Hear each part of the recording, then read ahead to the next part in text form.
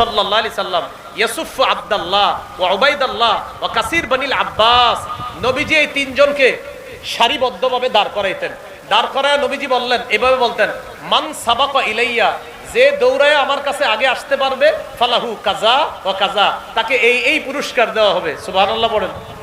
কি বলতেছে নবীজি? তোমাদের তিনজনকে দাঁড় করাইলাম। এবার নবীজি দূরে যাইতেন, যে বলতেন, মান সাবাকা ইলাইয়া, তোমাদের তিনজনের মধ্যে দৌড়ে আমার কাছে যে আগে আসবে, ফালাহু কাজা ওয়া কাজা, তার জন্য এই এই পুরস্কার দেওয়া হবে। ফায়াস্তাবিকুনা ইলাই ফায়াকুনা আলা যাহরিহি ওয়া সাদরিহি, এই তিন ভাই দৌড়ায়া কেউ নবীর কোলে পড়তেন, কেউ নবীর পিঠের উপরে পড়তেন।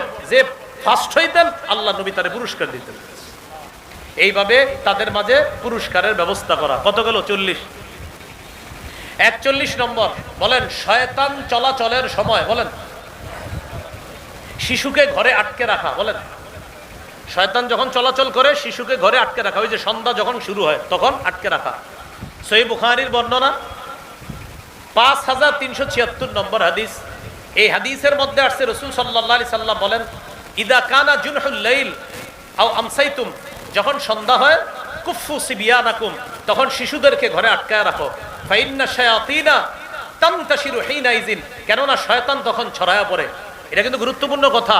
যখন সন্ধ্যা হয় তখন তোমরা তোমাদের শিশুদেরকে ঘরে আটকাও, কেননা শয়তান তখন চারদিকে ছড়িয়ে পড়ে। এরপরে নবী বলেন, ফাইদা যাহাবা সাআতুম মিনাল লাইল, এরপর যখন কিছু রাত চলে যাবে, ফাহুল্লুহুম, তখন তাদেরকে আবার ছেড়ে দাও, সমস্যা নাই। কয় নাম্বার গেল? 41। 42 নাম্বার বলেন, রাত যখন ঘনিয়ে আসে, বলেন লোকজনের চলাচল যখন বন্ধ হয়ে যায়, তখন শিশুকে বাহিরে যেতে না দেওয়া। মনে করেন অনেক রাত হয়ে গেছে, এখন আর একা বাহিরে যেতে না দেওয়া। আবু দাউদের হাদিস 5104 নম্বর হাদিস। রাসূলুল্লাহ সাল্লাল্লাহু আলাইহি ওয়াসাল্লাম বলেন, আকিল্লুল খুরুজা বাদা হাদআতির রিজলি, লোকজন চলাচল যখন করা বন্ধ করে দেয় তখন তোমরা বেশি বাহিরে যাবে না। ফাইন্না লিল্লাহি দাওয়াব্বা, কেননা আল্লাহর এমন কিছু প্রাণী আছে, ইয়াবুসসুহুন্না ফিল আরদি, যে প্রাণীগুলোকে আল্লাহ তখন দুনিয়াতে ছড়ায়া দেয়, তাদেরকে দুনিয়াতে ছড়ায়া দেয়, তখন তোমরা বাহিরে যেও না, কারণ তাদের কোনো আক্রমণ তোমাদের উপর আসতে পারে। আল্লাহ আমাদেরকে হেফাজত করেন। 43 নাম্বার, সেটা হলো নখ কাটা। বলেন, কি কাটা? শিশুর, এই শিশুর নখ টোক বড় হয়ে গেলে এগুলা কাইটা শিক্ষা দেওয়া।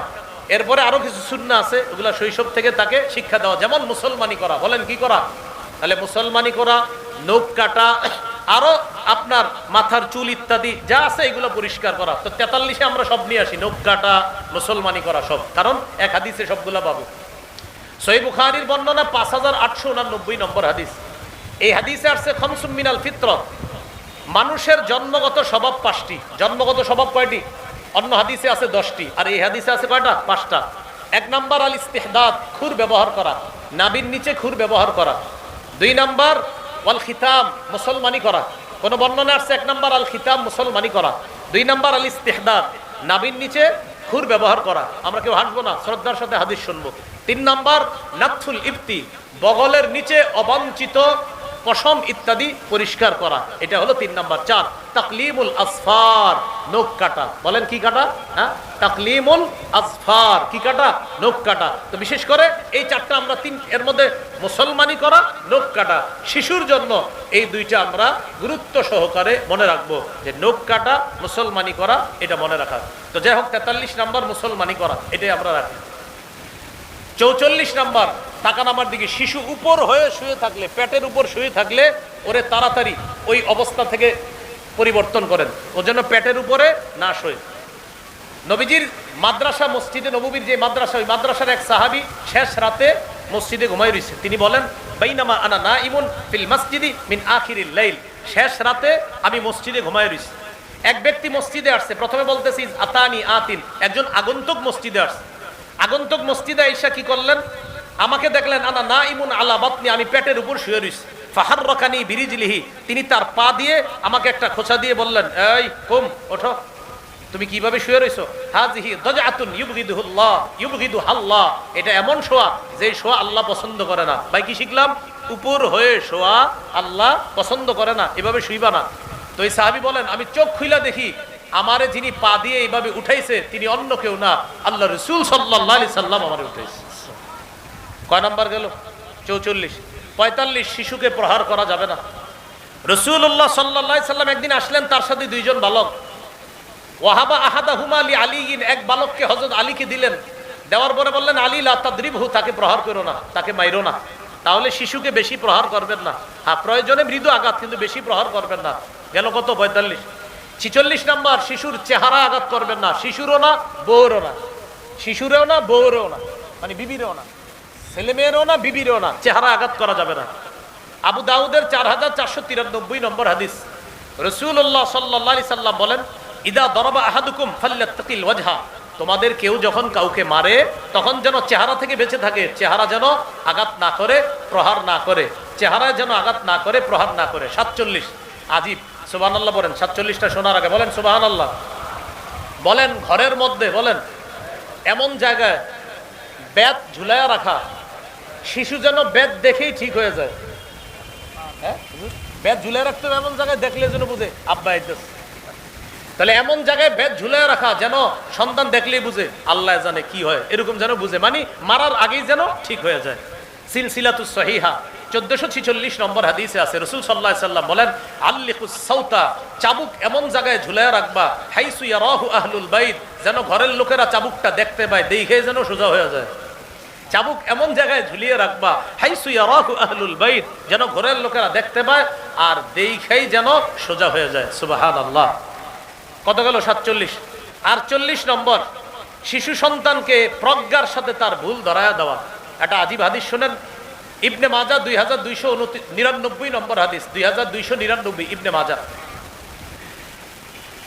রাসূল সাল্লাল্লাহু আলাইহি সাল্লামের একজন সাহাবী, তিনি বলেন, আমি একদিন কি করতেছিলাম, কুনতু আনা গুলামুন আরমি নাখলানা আও নাখলাল আনসার, একদিন আমি কোন আনসারীর খেজুর বাগানে এইভাবে খেজুরের জন্য আমি আপনার ঢিল মারতেছি। কি মারতেছি? যেটা আমরা করি, হ্যাঁ, ঢিল ছুটতেছি। এখন যখন আমি আরেকজনের বাগানে ঢিল ছুটছি, অথবা আমাদের বাগানে খেজুরের মধ্যে গাছে ঢিল ছুটছি, ফাউতিয়া বি রাসূলুল্লাহ সাল্লাল্লাহু আলাইহি সাল্লাম, আমারে ধইরা নবীর কাছে নেওয়া হলো, গাছে কেন ঢিল ছুটলাম। নবীজি সাহাবী, মানে ছোট মানুষ ছিলেন তখন। নবীজির কাছে নেওয়ার পর নবীজি বললেন, এই তুমি ঢিল ছুটছো? হ্যাঁ। নবী বললেন, লিমা তারমিন নাখলা, গাছে কেন ঢিল ছুটলা? জবাব দিলেন, হুজুর আকুলু, খেজুর খাইতে মন চাইছে, এই জন্য ঢিল ছুটছে। নবীজি বললেন, লা তারমিন নাখলা, গাছে, খেজুর গাছে কখনো ঢিল ছুড়বা না। হ্যাঁ, কুল মিম্মা ইয়াসকুতু ফি আসাফিলিহা, খেজুর গাছের নিচে যদি খেজুর পড়া থাকে তাহলে সেটা তুমি খাও, কিন্তু ঢিল ছুড়বা না। এজন্য আরবে কিছু খেজুর বাগান আছে, নিচে পড়া খেজুরগুলা হাজী সাহেবরা যাবেন আপনারা খাইতে দিবে, কিন্তু খেজুর ঢিল ছুঁড়ে মারবেন ওরা আপনাকে এটা দিবে না, কারণ ঢিল ছুঁড়া খেজুর গাছে এটা আল্লাহ রাসূলের নিষেধ আছে। গাছের নিচে পড়া থাকলে ওটা তুমি খাও, ফি আসাফিলিহা, গাছের নিচে খেজুর পড়া থাকলে ওগুলা তুমি খাও।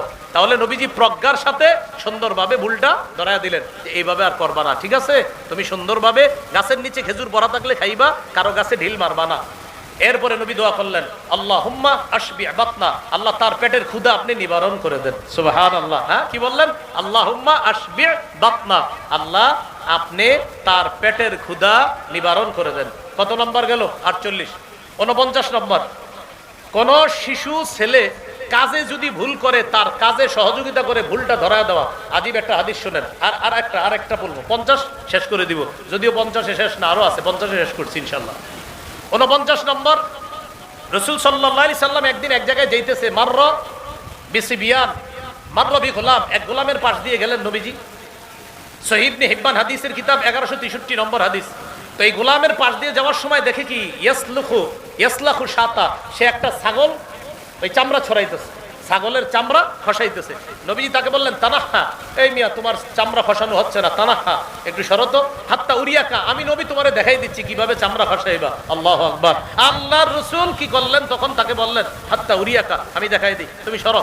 ফাইন্নী লা আরাকা তুহসিনু তাসলাকু, কেননা আমি দেখতেছি তুমি ভালোভাবে খসাইতে পারতেছো না, আমি খসানো শিখাই দিই, সরত তুমি। আল্লাহ রাসূলের পরে কিভাবে হাত পা পেটের অংশ গোস্ত কিভাবে খসাইতে হবে আল্লাহ নবী তাকে সুন্দরভাবে শিখাইয়া দিলেন। এইভাবে চামড়া সরাতে হবে, এইভাবে গোস্ত বের করতে হবে। আল্লাহ রাসূল এইভাবে হাতে ধরে ধরে ওই বালককে কাজটা শিখাই দিয়েছে। কত গেল? 49। সর্বশেষ আজকের জন্য 50 নম্বর, শিশুদেরকে সালাম দেওয়া। সবাই বলেন, শিশুদেরকে আমরা এখন বিচার দিই, আপনার ছেলেটা সালাম দেয় না, আপনি দিছেননি। কি বলি, আপনার ছেলেটা সালাম দেয় না, তো আপনি দিছেননি সালাম। আমরা খালি বিচার দিই, আপনার ছেলেটা না ইদানিং সালাম দেয় না, আরে আপনি সালাম দিছেননি। সহিহ বুখারীর বর্ণনা ৬২৪৭ নম্বর হাদিস। এই হাদিসের মধ্যে আছে রাসূলুল্লাহ সাল্লাল্লাহু আলাইহি সাল্লাম, আনাস রাদিয়াল্লাহু তাআলা আনহু বলেন, নবীজি একদিন একদল বালকদের পাশ দিয়ে অতিক্রম করলেন। অতিক্রম করার সময় তখন নবীজি কি করলেন, ওই বালকরা নবীজির সালাম দিছে। সাল্লামা আলাই আলান নবী সাল্লাল্লাহু আলাইহি সাল্লাম ফাসাল্লামা আলান নবী সাল্লাল্লাহু আলাইহি সাল্লাম। নবীজিকে শিশুরা সালাম দিছে, নবীজি শিশুদের পাশ দিয়ে গেছে, শিশুরা নবীকে সালাম দিছে। হযরত আনাস বলেন, ওয়া কানা ইয়াফআলুহু নবী সাল্লাল্লাহু আলাইহি সাল্লাম। শোনো, শিশুরাই নবীকে সালাম দিত এমন না, নবীও শিশুদেরকে সালাম দিতেন। তাহলে নবীও শিশুদেরকে কি দিতেন, সালাম দিতেন। কয়টা হলো, 50টা।